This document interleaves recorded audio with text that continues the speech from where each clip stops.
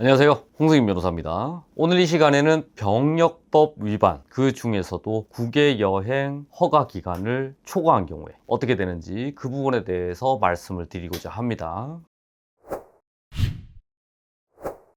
여러 가지 병역법 위반의 사유는 다양합니다. 그 중에서 어떤 분들은 병역을 면탈하기 위해서 몸무게를 찌우시는 분도 있고, 어떤 분들은 몸무게를 오히려 낮추는 경우도 있고, 각종의 진단서를 제출하는 경우도 있습니다. 어린 나이에 해외로 가서 학업을 하거나 아니면 취업을 하거나 장기간 체류한 뒤에 시민권을 취득한 사례가 있습니다. 실제 다양한 분들이 학업, 취업 등을 목적으로 해서 해외에 이주를 했고, 그 상태에서 국외 여행 허가를 받아서 갔는데 그 이후에 아예 그 부분에 대해서 신경을 쓰지 않거나 아니면 생업이 바빠서 그 부분에 대해서 조치하지 않은 경우가 많습니다. 그러다가 시간이 흐르고 흘러서 한국에 꼭 돌아와야 되는 경우가 발생할 수도 있습니다. 이를테면 한국에 와서 부모님을 만나야 되는 경우, 자유롭게 한국을 오고 가고 싶은데 할 수가 없는 경우가 발생하게 됩니다. 그런 분들이 뒤늦게야 저를 찾아오는 경우가 많은데요.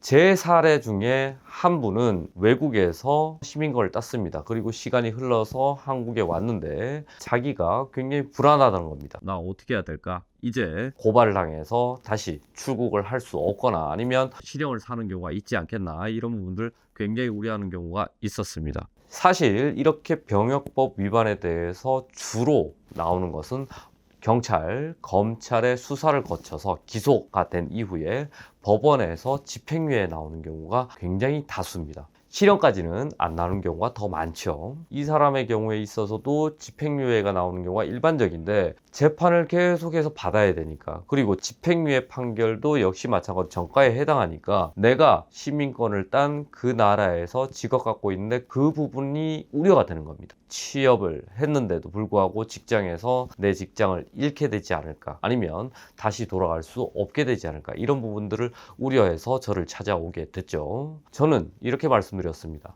일단 자수를 해야 된다. 자수서를 제출하면서 수사에 적극 협조하겠다는 것을 알려줘야 된다. 그리고 소환하면 언제든지 갈 수 있다는 우리의 의지를 보여줘야 된다. 그리고 왜 내가 해외에 가서 이렇게까지 길게 생활을 했는지, 그리고 피치 못할 사유가 있었는지, 이런 부분들에 대해서 검사님으로 하여금 이런 경우가 있었구나, 이런 사유라면 좀 선처를 해줄 참작 사유가 있지 라고 할 수 있을 정도로 그 사유가 명확해야 된다 라고 말씀드렸습니다. 그래서 그 의뢰인과 저는 각종의 논의 끝에 이런 사유가 있었구나, 제가 판단하에 변호인 의견서를 작성하게 됩니다. 그 의뢰인도 그 사유에 있어서 잘 구비된 서류들을 다 가지고 오셨습니다. 그 이외에 추가적으로 참작할 수 있는 요소에 대해서도 긴밀하게 검사님과 소통을 하면서 다 제출을 드렸습니다. 검사님께서 사건을 살펴보고 법원으로 보내느냐 아니면은 검찰 단계에서 기소회를 주시느냐, 그 부분에 대해서 판단하게 되는데, 이 의뢰인이